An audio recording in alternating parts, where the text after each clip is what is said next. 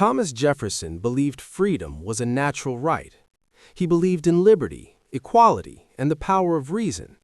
Yet his entire life was built on a system that denied those very ideals to hundreds of people. So how do we judge a man who helped define democracy while practicing slavery?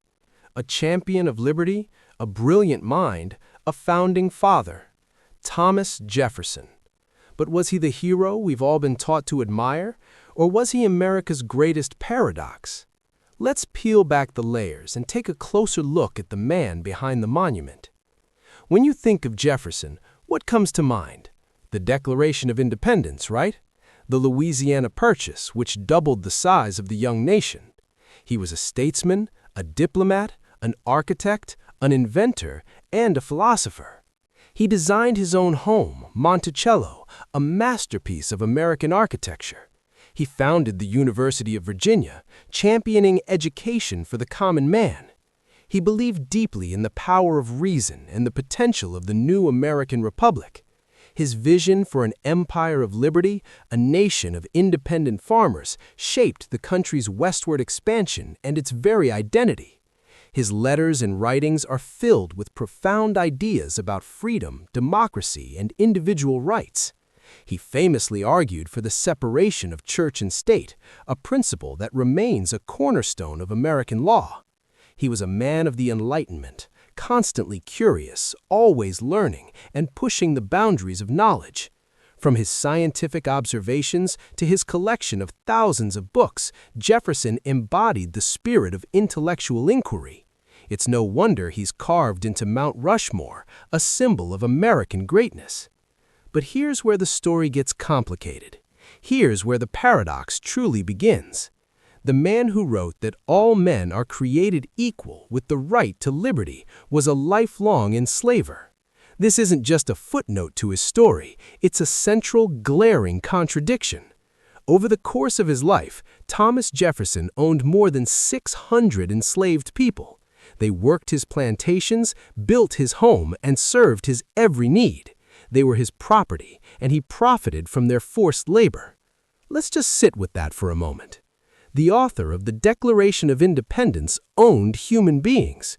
He bought and sold them. He inherited them, and he passed them on to his own children. While he sometimes expressed moral opposition to the institution of slavery, calling it a moral depravity and a hideous blot, his actions never matched his words.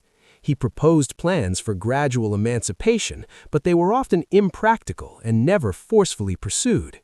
He seemed to be trapped, or perhaps unwilling, to escape a system that provided him with immense wealth and a life of leisure. The family he enslaved at Monticello lived in a world completely separate from the liberty he championed. They had no rights, no freedom, no control over their own lives or the lives of their children. Families were torn apart at Jefferson's discretion, sold to pay off his mounting debts. The daily reality for the enslaved people at Monticello was one of hard labor from sun-up to sundown, with the constant threat of punishment or sale hanging over them. And then there's the story of Sally Hemings. Sally Hemings was an enslaved woman at Monticello, and she was also the half-sister of Jefferson's late wife. The historical evidence, including DNA analysis of their descendants, overwhelmingly indicates that Thomas Jefferson fathered at least 6 of her children. Think about the power dynamic here. She was his property. She had no legal right to refuse him. This wasn't a romance, it was a relationship rooted in the profound inequality of slavery. He never publicly acknowledged these children, and while he freed them in his will or allowed them to escape, he never freed Sally Hemings herself. She was only granted her informal freedom by Jefferson's daughter after his death. This relationship exposes the deepest, most personal level of his hypocrisy. While he was writing about freedom and natural rights, he was engaging in a long-term relationship with an enslaved woman who had no freedom to choose. How do we reconcile this? How do we hold these two conflicting images of Jefferson in our minds at the same time? Some historians argue that we should judge Jefferson by the standards of his time.